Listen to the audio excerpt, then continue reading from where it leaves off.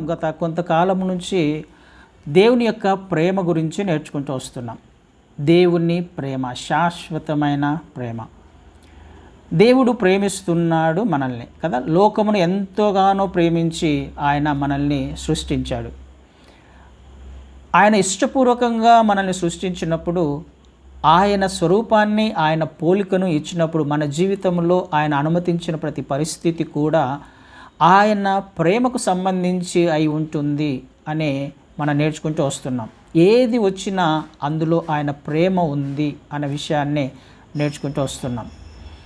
గడిచిన వారం కూడా మనము భౌతికంగా లేకపోతే ఫిజికల్గా మనం ఏ సాధకము చేసినా అది కొంతవరకు మాత్రమే ప్రయోజనకరంగా ఉంటుంది. కానీ దైవ భక్తికి సంబంధించిన విషయాలు శరీరానుసారముగా చేసే సాధకము కాకుండా దైవ భక్తికి ఆత్మానుసారముగా మనం చేసే సాధకము, అభ్యాసము, ప్రాక్టీస్ ఏదైతే ఉందో అది ఈ జీవపు విషయంలోనూ రాబో జీవపు విషయంలోనూ ప్రయోజనకరంగా ఉంటుంది. ఆత్మానుసారమైన జీవితమే మనకు ప్రయోజనము, కానీ శరీరానుసారమైన జీవితము ప్రయోజనకరము కాదు, అది కొంతవరకు మాత్రమే అని మనము పోయిన వారం నేర్చుకున్నాం. అంటే ఆయన ఏది చేసినా కూడా మనలో తన స్వరూపాన్ని చూడాలని ఇష్టపడుతున్నాడు, తన పోలికను చూడాలని ఇష్టపడుతున్నాడు. మనం తన స్వరూపంలోకి మార్చబడి ఆయన మాదిరి కనిపించాలని ఇష్టపడుతున్నాడు. ఈ లోకంలో ఒక రిక్షా తొక్కేవాడు తన కుమారుణ్ణి లేకపోతే తన కుమార్తె రిక్షా తొక్కాలి అన్నది తన ఉద్దేశం కాదు కదా. తనకంటే గొప్పగా జీవించాలి తన కుమారుడు, తన పిల్లలు తనకంటే గొప్పగా జీవించాలి అని ఎంతో కష్టపడుతుంటాడు. కూలి చేసుకునేవాడు కూడా తన కుమారుడు కూలి చేసుకొని బ్రతకాలని అనుకోడు కదండి. తన పిల్లలు కూడా అలాగే కూలి చేసుకొని వారి జీవితాన్ని జీవించాలి అని వాళ్ళు ఎట్టి పరిస్థితుల్లో అనుకోరు. అలాగే ఒక కలెక్టర్ కావచ్చు, ఐపీఎస్ ఆఫీసర్ కావచ్చు, ఒక డాక్టర్ కావచ్చు, ఎవరైనా కావచ్చు, తమ పిల్లలు తమ స్టాండర్డ్కి తగ్గి జీవించాలన్నది వారి ఉద్దేశం కానే కాదు. ఒక కలెక్టర్ కొడుకు టీచర్ అవ్వడానికి ఇష్టపడాడు కదా, టీచర్గా ఉండాలని తను ఇష్టపడాడు. డాక్టర్ కొడుకు ఒక చిన్న ఉద్యోగం చేసుకుంటూ ఉండాలని ఇష్టపడాడు. కనీసం తన స్టాండర్డ్లో ఉండాలి, లేకపోతే తనకంటే గొప్పగా ఉండాలి. తక్కువగా ఉండడం అనేది ఏ తల్లిదండ్రులు కూడా ఎట్టి పరిస్థితుల్లో ఇష్టపడరు. తమ పిల్లలు తక్కువగా ఉండాలన్నది తన ఉద్దేశం, వాళ్ళ తల్లిదండ్రుల ఉద్దేశం కానే కాదు. ఈ లోకపు తల్లిదండ్రులు తమ పిల్లల పట్ల అంత ఆశ కలిగి శ్రమ పడుతూ ఉన్నప్పుడు, వారి పిల్లలను ఒక ఉన్నతమైన స్థానములో తీర్చిదిద్దే ప్రయత్నం చేస్తున్నప్పుడు, దాని కొరకు వారు ఎంతగానైనా ప్రయాసపడడానికి ఇష్టపడుతూ ఉన్నప్పుడు పరలోకపు తండ్రి కూడా తన బిడ్డల పక్షముగా, తన బిడ్డల గురించి ఎంత గొప్పగా ఆలోచన చేస్తాడు, ఎంత గొప్పగా తను ఉండాలని కోరుకుంటాడు. తన కంటే తక్కువగా ఉండడము ఇష్టపడాడు కదా. కనీసం తన స్టాండర్డ్లో ఉండాలి కదా, తన మాదిరిగా ఉండాలి, తన పోలికలో ఉండాలి అని ఆయన కోరుకోవడంలో తప్పేమైనా ఉందా? ఖచ్చితంగా లేదు. పిల్లలను చిన్నప్పటి నుంచి మనము కొన్ని కఠినమైన పరిస్థితులు వెళ్తున్నప్పటికీ ఆ స్థానం రీచ్ అవ్వాలి అంటే వాళ్ళను పెంచే విధానంలో కూడా మనం కొన్ని పద్ధతులను పాటిస్తూ ఉంటాం. వాళ్ళు ఆ స్థాయికి రీచ్ అవ్వాలంటే కొంచెం కష్టపెడతాం వాళ్ళను, తప్పదు. దేవుడు కూడా మనల్ని తన స్వరూపంలోకి మారుస్తూ ఉన్నప్పుడు మన జీవితాలలో కూడా కొన్ని పరిస్థితులను అనుమతిస్తూ ఉంటాడు. కొన్ని పరిస్థితుల ద్వారా మనం వెళ్ళాలని ఇష్టపడుతూ ఉంటాడు. ఆయన స్టాండర్డ్ ఏంటి మరి? ఆయన స్టాండర్డ్లో ఉండాలి ఆయన కోరుకుంటున్నప్పుడు ఆయన స్టాండర్డ్ ఏంటి, ఆయన స్థితి ఏంటి అని ఆలోచన చేసినప్పుడు మనకు తెలిసిన విషయమే. ఆ పేతురు రాసిన మొదటి పత్రిక మొదటి అధ్యాయము 14 నుంచి కొన్ని వచనాలు చదువుతాను నేను. పేతురు రాసిన మొదటి పత్రిక మొదటి అధ్యాయము 14 నుంచి చదువుతాను. నేను పరిశుద్ధుడనై ఉన్నాను కనుక మీరును పరిశుద్ధులై ఉండుడని వ్రాయబడి ఉన్నది. కాగా మీరు విధేయులకు పిల్లలై మీ పూర్వపు అజ్ఞాన దశలో మీకుండిన ఆశలను అనుసరించి ప్రవర్తింపక మిమ్మును పిలిచిన వాడు పరిశుద్ధుడై ఉన్న ప్రకారము మీరును సమస్త ప్రవర్తన యందు పరిశుద్ధులై ఉండుడి. ఏంటి ఆయన స్టాండర్డ్, ఆయన స్థాయి ఏంటి? పరిశుద్ధుడు. నేను పరిశుద్ధుడనై ఉన్న ప్రకారము, నేను పరిశుద్ధుడనై ఉన్నాను కాబట్టి మీరు కూడా, నా పిల్లలైన మీరు కూడా పరిశుద్ధులుగా జీవించాలని ఇష్టపడుతున్నా. ఇలా ఉండాలి, మీరు ఇలాగే ఉండాలి. కదండి. తన పిల్లల గురించి ఈ లోకపు తల్లిదండ్రులు కలిగి ఉన్న ఆశ తండ్రి కూడా, పరలోకపు తండ్రి కూడా కలిగి ఉన్నాడు. ఎలా ఉండాలని ఇష్టపడుతున్నాడు? కనీసం నా స్టాండర్డ్లో మీరు ఉండాలి. నేను పరిశుద్ధుడను, మీరు కూడా పరిశుద్ధులుగా ఉండండి. అయితే అక్కడ ఇంకొక మాట మాట్లాడుతున్నాడు. కాగా మీరు విధేయులకు పిల్లలై మీ పూర్వపు అజ్ఞాన దశలో మీకుండిన ఆశలను అనుసరించి ప్రవర్తింపక. పూర్వపు అజ్ఞాన దశలో మీకుండిన ఆశలను అనుసరించి ప్రవర్తింపక. పూర్వపు అజ్ఞాన దశ అనేది మన జీవితంలో మనం వెళ్ళి ఉన్నాం. ఎప్పుడు? ఏంటి ఆ అజ్ఞాన దశ? ఆయనను అంగీకరించినప్పుడు, ఆయన కుమార్తెలముగా మార్చబడక ముందు మన జీవితం గురించి మాట్లాడుతున్నాడు. పూర్వపు అజ్ఞాన దశ అది. అప్పుడు మన ఇష్ట ప్రకారము ప్రవర్తించాము, మన ఇష్టానుసారంగా జీవించాం. అలా ప్రవర్తించవద్దండి. ఇప్పుడు నన్ను అంగీకరించిన తర్వాత, నాకు కుమార్తెలుగా మార్చబడిన తర్వాత మీ అజ్ఞాన దశ మారిపోవాలి. ఇంతకుముందు మీరు జీవించింది అజ్ఞాన దశ. మీ ఇష్ట ప్రకారం జీవించారు, మీ ఉద్దేశ ప్రకారం జీవించారు. అది అలా జీవించాలన్నది నా ఉద్దేశం కాదు, అలా జీవించాలని నేను కోరుకోవట్లేదు. ఇప్పుడు నా పిల్లలుగా మార్చబడ్డారు కాబట్టి మీరు పరిశుద్ధులుగా జీవించాలి. నేనెవరిని? పరిశుద్ధుడను. కాబట్టి మీరు కూడా ఎలా ఉండాలి? పరిశుద్ధులుగా ఉండాలి. అజ్ఞాన దశలో మీ ఇష్ట ప్రకారము ప్రవర్తించవద్దండి, అనుసరించి ప్రవర్తింపక. మిమ్మును పిలిచినవాడు, మనల్ని పిలిచినవాడు, ఏర్పరచుకున్నవాడు, రక్షించినవాడు పరిశుద్ధుడు. కాబట్టి సమస్త ప్రవర్తన యందు, ప్రతి ప్రవర్తన, మన ప్రవర్తన అంతా కూడా ఆయన పరిశుద్ధతలో ఉండాలి, పవిత్రంగా ఉండాలి అని దేవుడు కోరుకుంటున్నాడు. అయితే ఈ అజ్ఞాన దశ ఏంటి అంటే, కిందకు వచ్చినప్పుడు ఈ అజ్ఞాన దశ గురించి ఒకటి రెండు అంశాలను మాట్లాడుతున్నాడు. 17వ వచనం నుంచి చదువుతాను. పక్షపాతం లేకుండా క్రియలను బట్టి ప్రతివానికి తీర్పు తీర్చువాడు తండ్రి అని మీరు ఆయనను ప్రార్థన చేయుచున్నారు కనుక మీరు పరదేశులై ఉన్నంత కాలము భయముతో గడుపుడి. పితృపారంపర్యమైన మీ వ్యర్థ ప్రవర్తనను విడిచిపెట్టునట్లుగా వెండి బంగారముల వంటి క్షయ వస్తువుల చేత మీరు విమోచింపబడలేదు. మీరు ఈ లోకములో నుంచి ఏ విధంగా రక్షించబడ్డారు?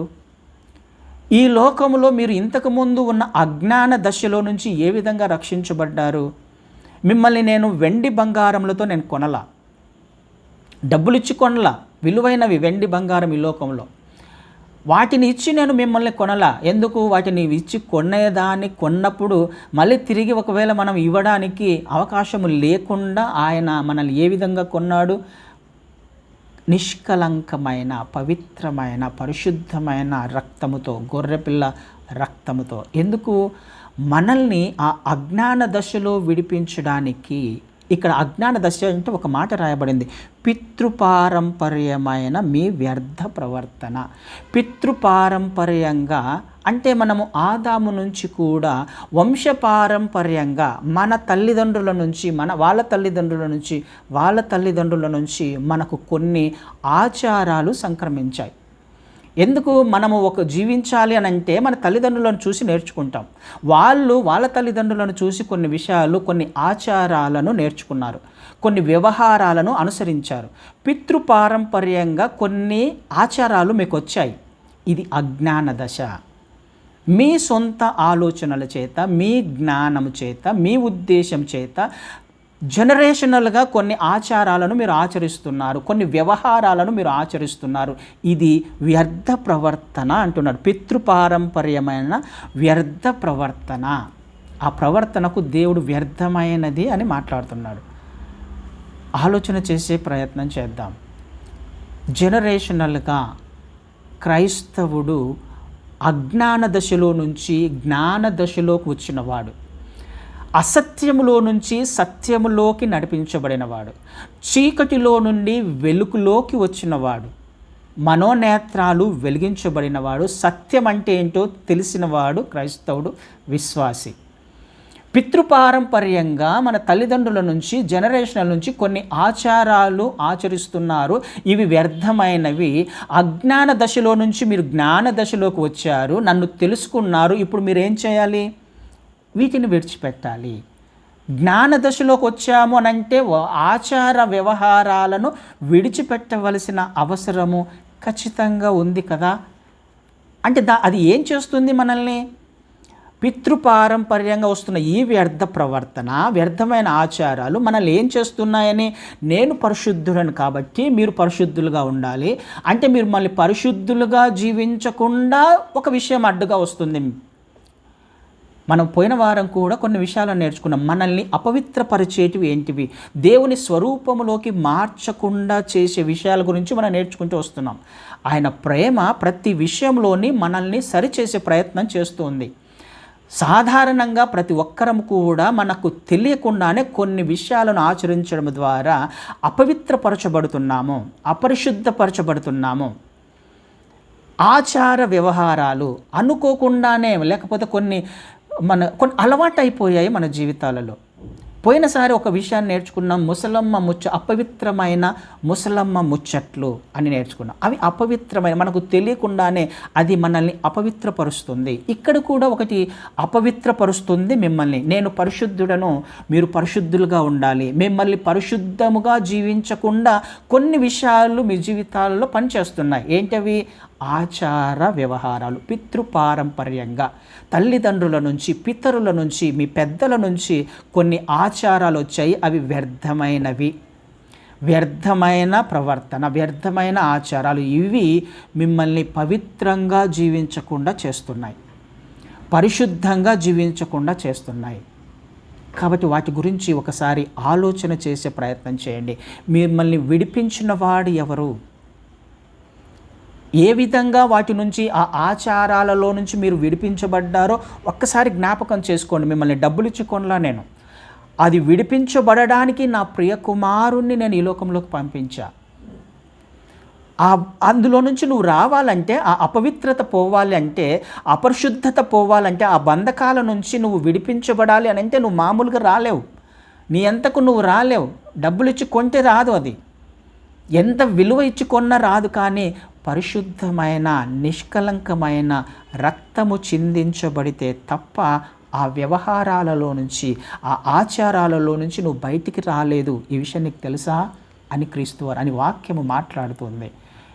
నిన్ను ఏ విధంగా కొన్నాను నేను? నా ప్రియ కుమారుణ్ణి నేను ఈ లోకంలోకి నిన్ను పంపించలేదా? ఆయన రక్తము చిందించలేదా? ఆయన అవమానించబడలేదా? ఈ విషయం నీకు జ్ఞాపకం రావట్లేదా?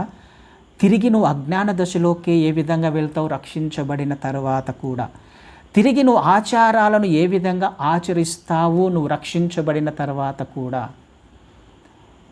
నా కుమారుణ్ణి నువ్వు అంగీకరించానని ఒప్పుకుంటున్నావు, విశ్వసిస్తున్నావు. అయినప్పటికీ నువ్వు మళ్ళీ తిరిగి అజ్ఞాన దశలోకి ఏ విధంగా వెళ్తావు? ఇది నిన్ను అపవిత్రపరుస్తుంది, అపరిశుద్ధపరుస్తుంది, నా స్వరూపంలోకి మారకుండా చేస్తుంది, నా మార్గంలో జీవించకుండా చేస్తుంది. ఆలోచన చేసే ప్రయత్నం చేద్దాం ప్రియ సహోదరి, సహోదరుడా. రక్షించబడ్డాం కదా, ఆయన రక్తము వ్యర్థముగా చేస్తున్నామేమో. నిష్కలంకమైన, పరిశుద్ధమైన ఆయన రక్తాన్ని, మన రక్షణకు ఆధారమైన రక్తము, చీకటిలో నుండి వెలుగులోకి నడిపించిన రక్తము, నిత్య నరకము నుండి పరలోక రాజ్య వారసులుగా చేసిన రక్తము, ఎంతో ప్రేమించి ఆయనని ఈ లోకంలోకి పంపించాడు. మనల్ని ప్రేమించి తన కుమారుణ్ణి నలగగొట్టడానికి, సిలువలో హింసించబడడానికి, మొహం మీద ఉమ్ము వేయడానికి కూడా తండ్రి ఇష్టపడ్డాడు. నీ కొరకు, నా కొరకు. ఎందుకు? కొన్ని బంధకాలలో బంధించబడ్డాం కాబట్టి. అవి మనల్ని అపవిత్రపరుస్తున్నాయి, మనకు తెలియకుండానే. మనల్ని దేవునికి దూరం చేస్తున్నాయి, మనకు తెలియకుండానే. వాటిని ఆచరించడం వలన వ్యర్థమైన ప్రవర్తనలు అవి. అలాంటప్పుడు నాకు ఆ విషయం జ్ఞాపకం రావట్లేదా? క్రీస్తువారి త్యాగము జ్ఞాపకం రావట్లేదా? ఆయన రక్తాన్ని నేను ఎలా ఎంచుతున్నాను? వ్యర్థమైనదిగా ఎంచుతున్నాను కదా, పనికి రానిదిగా ఎంచుతున్నానా? నేను ఆయన ఆజ్ఞలు పక్కన పెట్టడం ద్వారా, ఆయన చిత్తములో నుంచి తప్పిపోవడం ద్వారా ఆ రక్తాన్ని, నిష్కలంకమైన రక్తాన్ని ప్రభువైన క్రీస్తువారు పరలోకాన్ని దిగి వచ్చి దాసునిగా వచ్చి ఆయన మనిషిగా వచ్చాడు నీ కోసం నా కోసం. అలాంటప్పుడు ఇది కనిపించకుండా నాకు ఆచార వ్యవహారాలు ప్రాముఖ్యమైపోయినాయా? ఒక్కసారి ఆలోచించేద్దాం. ఇది నన్ను అపవిత్రపరుస్తుంది, అపరిశుద్ధపరుస్తుంది, పవిత్రంగా జీవించకుండా చేస్తుంది, వ్యర్థమైన ప్రవర్తనలోకి నన్ను నడిపిస్తుంది, దేవునికి దూరం చేస్తుంది.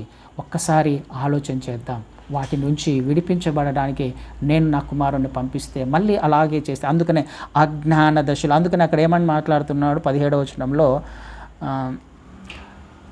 పక్షపాతము లేకుండా క్రియలను బట్టి ప్రతి వానికి తీర్పు తీర్చువాడు తండ్రి అని మీరు ఆయనకు ప్రార్థన చేయుచున్నారు కనుక మీరు పరదేశులై ఉన్నంత కాలము భయముతో గడపండి. మీరు పరదేశులై ఉన్నంత కాలము భయముతో గడపండి. ఈ విషయం కూడా మీకు జ్ఞాపకం రావట్లేదా అని మాట్లాడుతుంది దేవుని వాక్యం. అంటే పరదేశులము మనము, ఈ దేశంలోని వారం కాదు, వేరే దేశంలోకి వచ్చాం మనము పరదేశానికి సంబంధించిన వాళ్ళు. పరదేశులు అంటే వేరే దేశానికి సంబంధించిన వాళ్ళం, అంటే మళ్ళీ తిరిగి వెళ్ళిపోవలసిన వాళ్ళమే. తిరిగి వెళ్ళిపోవలసిన వారము ఈ దేశానికి వచ్చి ఈ దేశం యొక్క ఆచారాలను నేను ఎలా పాటిస్తాను? పరదేశానికి సంబంధించిన, పరలోక రాజ్యానికి, పరమ తండ్రికి సంబంధించిన వాడిని, ఆయన స్వరూపములో చేయబడిన వాడిని, పవిత్రుణ్ణి, పరిశుద్ధుణ్ణి ఈ లోకంలోకి వచ్చిన తర్వాత నేను మళ్ళీ తిరిగి వెళ్ళిపోవాలి అనే విషయాన్ని జ్ఞాపకం పెట్టుకున్నప్పుడు నాకేమేస్తుంది? భయం వేస్తుంది. ఎందుకు భయం వేస్తుంది? నేను ఒకవేళ ఈ లోకంలోని విషయాలను అడాప్ట్ చేసుకుంటే, ఈ లోకంలోని విషయాలను ఆచరిస్తే నా పరలోకానికి అది అవమానం, నా తండ్రికి అది అవమానం. తిరిగి నన్ను ఆయన చేర్చుకోలేడు, తిరిగి నన్ను ఆయన వద్దకు చేర్చుకోలేని స్థితిలో నేను ఉంటానేమో, పరలోకం వెళ్ళలేను అనే భయము కలిగి ఉండాలి మనము.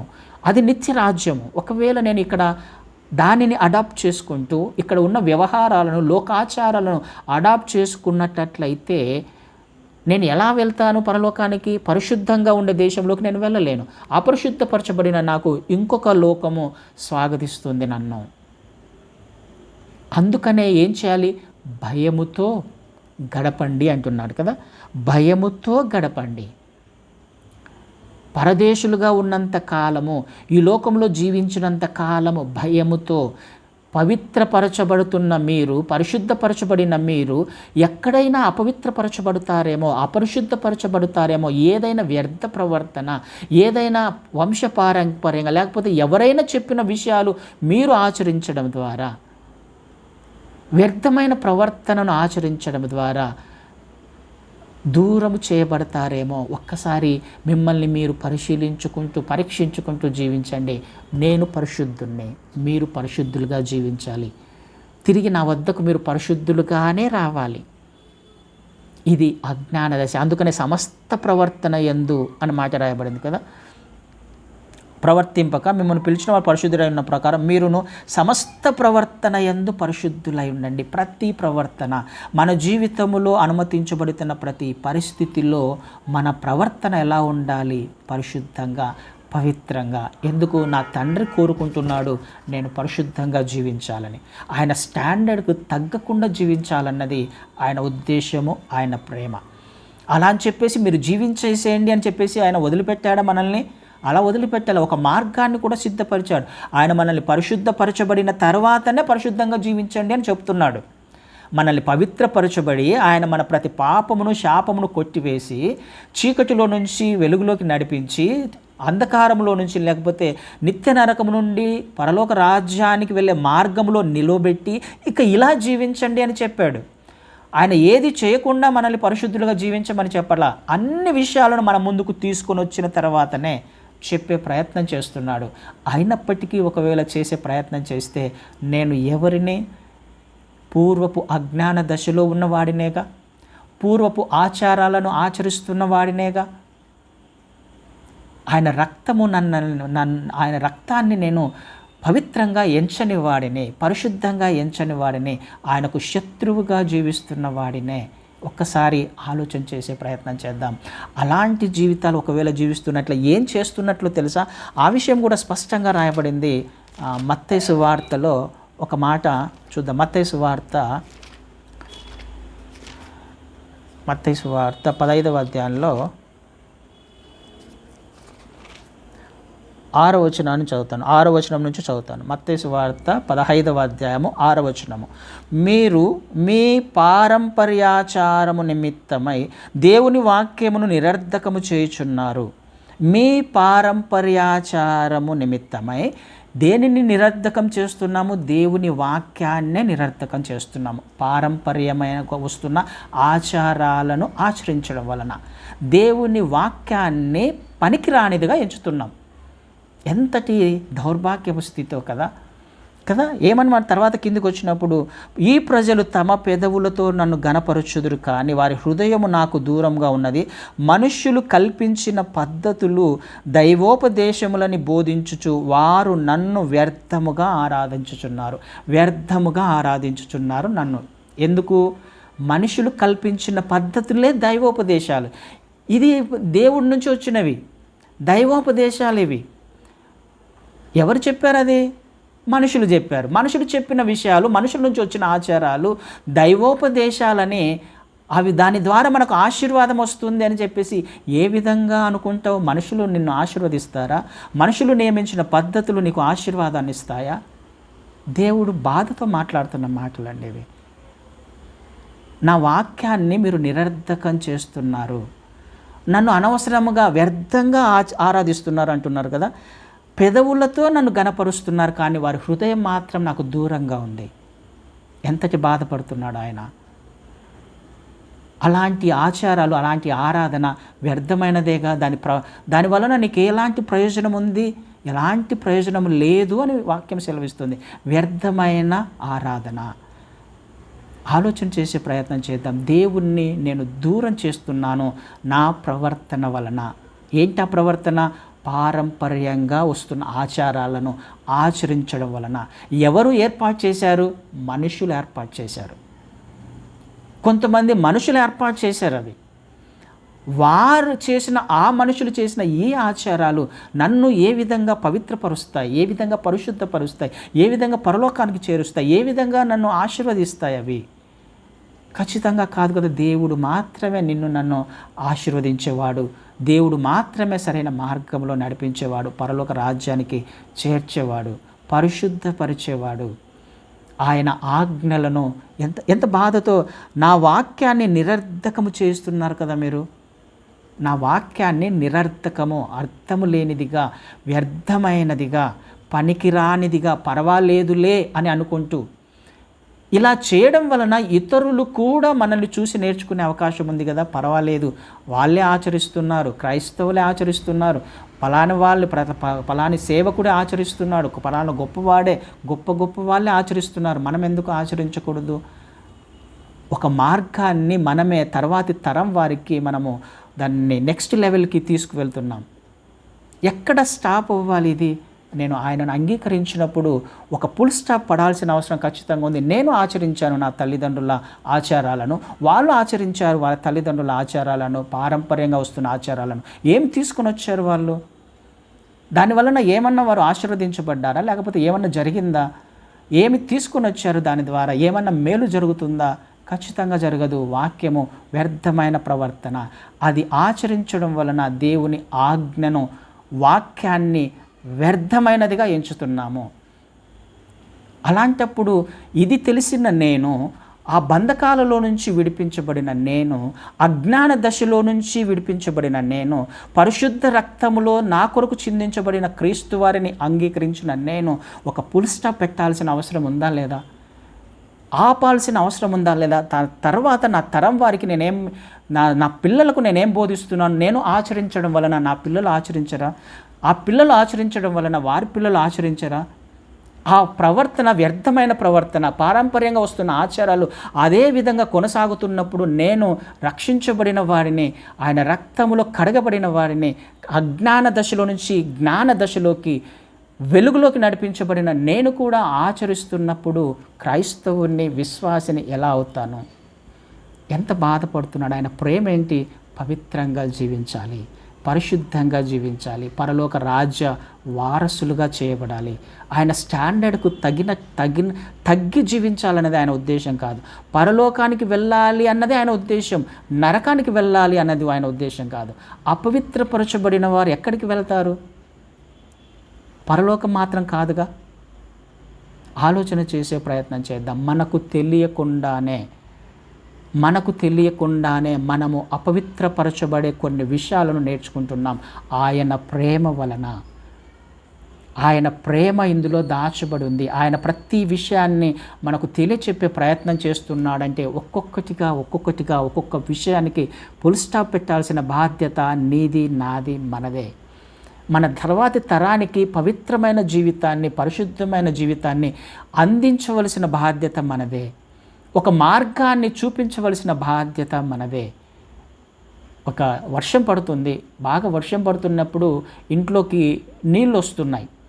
వర్షం పడుతుంది, ఎక్కడో లీక్ అయి నీళ్ళు ఇంట్లోకి వస్తున్నాయి. ఇంట్లోకి వస్తున్నప్పుడు నేనేం చేస్తాను? అప్పుడు పర్వాలేదులే అని చెప్పేసి దాన్ని అలాగే వదిలేస్తానా? ఏమవుతుంది? గోడలు వీక్ అయిపోతాయి. కొన్ని రోజులకు గోడలు పడిపోయే అవకాశం ఉంది. అలా అని చెప్పేసి నీళ్ళు వచ్చినప్పుడు నేను చక్కగా ఇంట్లో హ్యాపీగా జీవించగలనా, ప్రవర్తించగలనా, స్వేచ్ఛగా ఉండగలనా? ఆ నీళ్ళు ఇంట్లో పెట్టుకున్నప్పుడు ఖచ్చితంగా ఉండలేనుగా. నేను ఉండలేను, నా ఇంట్లో ఉన్న నా పిల్లలు ఉండలేరు, సరిగా బ్రతకలేము ఇంట్లో. ఆ నీళ్ళు ఇంట్లో మొత్తము స్ప్రెడ్ అయినప్పుడు ఏం చేయాలి? అప్పుడు ఆ నీళ్ళని తుడుచుకుంటే సరిపోతుందా? ఆ నీళ్ళని కడిగి వేసుకుంటాను, బాగానే ఉంటుంది. ఒక రోజు 2 రోజులు, మళ్ళీ వర్షం వస్తే మళ్ళీ లీక్ అవుతుంది. అప్పుడు కడిగేసుకుంటాను, బాగానే ఉంటుంది. కానీ తర్వాత గోడలు కూలిపోవా? ఆ గోడలు నా మీద పడిపోవా? నేను అపాయంలోకి వెళ్ళనా? ఆలోచన చేద్దాం. ఏం చేయాలి? ఆ లీక్ ఎక్కడవుతుందో దానిని పూడ్చివేయాల్సిన బాధ్యత గ్రహించిన నాదే కదా. ఆ లీక్ అవుతున్న చోట నేను దానిని పూడ్చివేయాలి, ఆపివేయాలి. నీళ్లు లోపలికి రాకుండా, ఆ గోడలు బలహీనపడకుండా బలపడేలా వెంటనే ఆపేయాల్సిన బాధ్యత నాదే కదా, మనదే కదా. ఆలోచన చేసే ప్రయత్నం చేద్దాం. లీక్ అవుతున్నాయేమో కొన్ని ఆచార వ్యవహారాలు నా ద్వారా, నా పిల్లలకు, వాళ్ళ ద్వారా, మన తల్లిదండ్రుల ద్వారా వచ్చాయి. ఆ విషయం వాళ్ళు గ్రహించలేకపోయారేమో. కానీ గ్రహించిన మనము ఏం చేయాలి? సత్యమును గ్రహించిన మనము ఏం చేయాలి? స్పష్టంగా దేవుని వాక్యం మాట్లాడుతుంది. వ్యర్థమైన ప్రవర్తన, పితృపారంపర్యంగా వస్తున్న ప్రవర్తనలు వ్యర్థమైనవి. అవి మిమ్మల్ని అపవిత్రపరుస్తాయి. అంత మాత్రమే కాదు, నా వాక్యాన్ని నిరర్థకం చేస్తున్నాయి, నా వాక్యాన్ని అలక్ష్యం చేస్తున్నాయి, నా వాక్యాన్ని పట్టించుకోవట్లేదు, దాన్ని పక్కన పెడుతున్నాను. అలాంటప్పుడు నేను నమ్మిన విశ్వాసాన్ని నేనే పక్కన పెడితే, నేను నమ్మిన క్రీస్తు వారిని నేనే అవమానిస్తే మరి నేను ఎందుకు నమ్మినట్టు? నేను ఎందుకు విశ్వాసంలో నడుస్తున్నట్టు? ఒక్కసారి ఆలోచన చేద్దాం. మనము అపవిత్రపరచబడే మార్గాలు మనకు తెలియకుండానే మన జీవితాలలో వస్తున్నాయి. అందుకనే సమస్త ప్రవర్తనలో నేను జాగ్రత్తగా, భయముతో, వణుకుతో నా రక్షణను కొనసాగించుకోవాలి. ఈ ప్రవర్తన, ఈ పరిస్థితి నా దేవుణ్ణి అవమానపరుస్తుందా? ఇది సరైన వాక్యమేనా? వాక్యము ఇది సపోర్ట్ చేస్తుందా? ఆలోచన చేయాలి. నా వాక్యాన్ని నిరర్థకం చేస్తుంది అంటే అర్థమేంటి? నా హృదయము దేవునికి దగ్గరగా లేదు. కేవలము పెదవులతో ఆచారబద్ధంగా ఆచరిస్తున్నారేమో. ఒక్కసారి మనల్ని మనము పరిశీలించుకోవాలి, పరీక్షించుకోవాలి. మనల్ని అపరిశుద్ధపరిచే కొన్ని సందర్భాలు మన జీవితాలకు వస్తున్నాయి. అపవిత్రపరిచే సందర్భాలు ఖచ్చితంగా మన జీవితాలలో వస్తున్నప్పుడు నా ప్రవర్తన ఎలా ఉంది? అజ్ఞాన దశ నుంచి విడిపించబడిన తిరిగి ఆ కాడి కిందకి ఎలా వెళ్తాను? ఆచారాలను ఆచరించడం అంటే ఏంటి? పాపం చేసిన వాడనే కదా, తప్పు చేసిన వాడినేగా. పాపము వలన వచ్చు జీతము మరణమేగా. దేవుడు ప్రేమతో మనతో మాట్లాడుతున్నాడు. ఏమని మాట్లాడుతున్నాడు? నేను పరిశుద్ధుణ్ణి, మీరు పరిశుద్ధులుగా ఉండండి. పరిశుద్ధులుగా ఉంటే తప్ప మీరు పరలోక రాజ్యానికి చేరుకోలేరు. నేను విశ్వసించాను, మనము విశ్వసించాము. విశ్వసించిన మనము ఏ మార్గంలో వెళ్ళాలి? దేనిని విడిచిపెట్టాలి? దేనిని పట్టుకోవాలి? దేనిని హత్తుకోవాలి? ఏ మార్గంలో నడవాలి? తెలిసినప్పటికీ కూడా నేను మళ్ళీ చీకటిని నా జీవితంలోకి తీసుకుంటున్నాను అని అంటే ఆయనను ఎంతగా బాధ పెడుతున్నాను, ఎంతగా నిర్లక్ష్యం చేస్తున్నాను, ఆయన వాక్యాన్ని పనికిరానిదిగా ఎంచుతున్నాను కదా. ఆలోచన చేద్దాం. అలాంటి జీవితం ఒకవేళ మనం వెళ్తున్నామేమో, ఒకవేళ ఒక పరిస్థితుల గుండా వెళ్ళామేమో, వెళుతున్నామేమో, వాటి నుంచి విడిపించబడ్డాం, క్షమాపణ అడగాలి. మన పరిశుద్ధతను కాపాడుకోవాల్సిన బాధ్యత ఖచ్చితంగా ఉంది. ఆయన స్టాండర్డ్స్కి తగినట్టుగా ఖచ్చితంగా వెంటనే ఆయన స్టాండర్డ్ మనకు రాదు. ఆయన స్టాండర్డ్లో జీవించడము అసాధ్యమే. కానీ ప్రయత్నం చేసినప్పుడు ఆయన సహాయ సహకారాలు ఖచ్చితంగా ఉంటాయి. ఆయన మనల్ని పడిపోయినప్పుడు లేవనెత్తడానికి ఆయన సిద్ధంగా ఉన్నాడు. అపరిశుద్ధపరచబడినప్పుడు ఆయన మళ్ళీ తిరిగి తన రక్తంలో కడిగి పరిశుద్ధపరచడానికి ఆయన సిద్ధంగా ఉన్నాడు. వాక్యము చేత మనల్ని తిరిగి ఉదక స్నానం చేయించడానికి ఆయన సిద్ధంగా ఉన్నాడు. మనం ప్రార్థన చేసుకుంటాం కదా, పరలోక ప్రార్థన చేస్తాం కదా, నీ నామము పరిశుద్ధపరచబడును గాక అంటే అర్థం ఏంటి? నీ నామము పరిశుద్ధపరచబడాలి అని కోరుకుంటున్నాను అంటే అర్థం, నీ నామము పరిశుద్ధపరచబడాలి అని నేను కోరుకుంటున్నాను అని అర్థం. అంటే ఆయన నామం అపరిశుద్ధపరచబడిందా? అపరిశుద్ధపరచబడుతుంది నా ద్వారా, నా జీవితం ద్వారా, కొన్ని పరిస్థితుల ద్వారా, కొన్ని పారంపర్యంగా వస్తున్న ఆచారాల ద్వారా, కొన్ని ముసలమ్మ ముచ్చట్ల ద్వారా, కొన్ని అననుకూల పరిస్థితుల ద్వారా నేనే, నా ప్రవర్తననే దేవుని నామము అవమానపరచబడుతుంది అన్యుల మధ్య. అయ్యా నేను తప్పు చేశాను, పొరపాటు చేశాను, నీ నామము పరిశుద్ధపరచబడాలి. కొన్ని ఆచారాలు ఆచరించడం ద్వారా నేను అపవిత్రపరచబడ్డాను, నీ నామము పరిశుద్ధపరచబడాలి.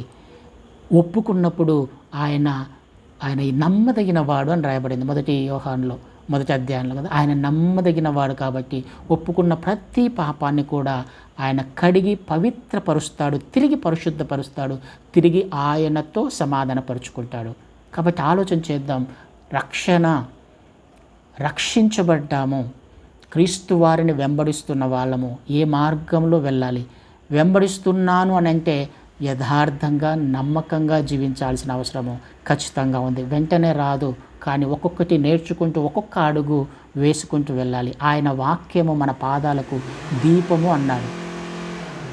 అది ట్యూబ్ లైట్ అనలా, పెట్రోమాక్స్ లైట్ అనలా, దీపము అన్నాడు. దీపం ఏం చేస్తుంది? ఒక్క అడుగు మాత్రమే మనకు వెలుగునిస్తుంది. నెక్స్ట్ ఏం చేయాలని తెలియజేస్తుంది. నెక్స్ట్ లెవెల్లోకి ఎలా వెళ్ళాలి అని తెలుస్తుంది. ఒక అడుగు వేసినప్పుడు నెక్స్ట్ ఎక్కడికి వెళ్ళాలి అని మనకు ఒక క్లియరెన్స్ని ఇస్తుంది దీపము. ఇక్కడ బాగానే ఉంది కాబట్టి ఇంకొక అడుగు వేస్తాను, ఇక్కడ బాగానే ఉంది ఇంకొక అడుగు వేస్తాను. ఈ విధంగా అడుగులో అడుగు వేసుకోవడానికి ఆయన వాక్యము మనకి పనికొస్తుంది. ఆయన రక్తము మనల్ని పరిశుద్ధపరుస్తుంది, పరలోక రాజ్యానికి మనల్ని చేరుస్తుంది. కాబట్టి ఆలోచన చేద్దాం. నేను పవిత్రంగా జీవించాలి, పరిశుద్ధంగా జీవించాలి అన్నది మాత్రమే మన తండ్రి యొక్క ఉద్దేశం. ఆయన తన పిల్లల గురించి ఏం ఎక్స్పెక్ట్ చేస్తున్నాడు? పరిశుద్ధంగా జీవించాలని, పవిత్రంగా జీవించాలని. ఈ లోకపు తల్లిదండ్రులే తమ కుమారుల గురించి ఒక ఆలోచన కలిగి ఉన్నప్పుడు పరలోకపు తండ్రి కలిగి ఉండడం తప్పేం కాదుగా. ఇంకెంతగా కలిగి ఉండాలి, ఇంకెంతగా పవిత్రంగా జీవించాలని ఆశపడుతున్నాడు. ఖచ్చితంగా మనము ఏ విషయంలోనైనా ఒకవేళ తప్పు చేసినట్లయితే క్షమాపణ అడుగుదాం. మనము అపవిత్రపరచబడే ఆ క్రియలు ఏవైనా వస్తున్నట్లయితే, ప్రవర్తన ఏదైనా ఉన్నట్లయితే దాని నుంచి సరిచేసుకుంటూ ఆయన వాక్యపు వెలుగులో ముందుకు నడిచే ప్రయత్నం చేద్దాం. పరలోక రాజ్య వారసులుగా మార్చబడదాం. అట్టి కృప దేవుడు మనందరికీ అనుగ్రహించును గాక. ఆమేన్.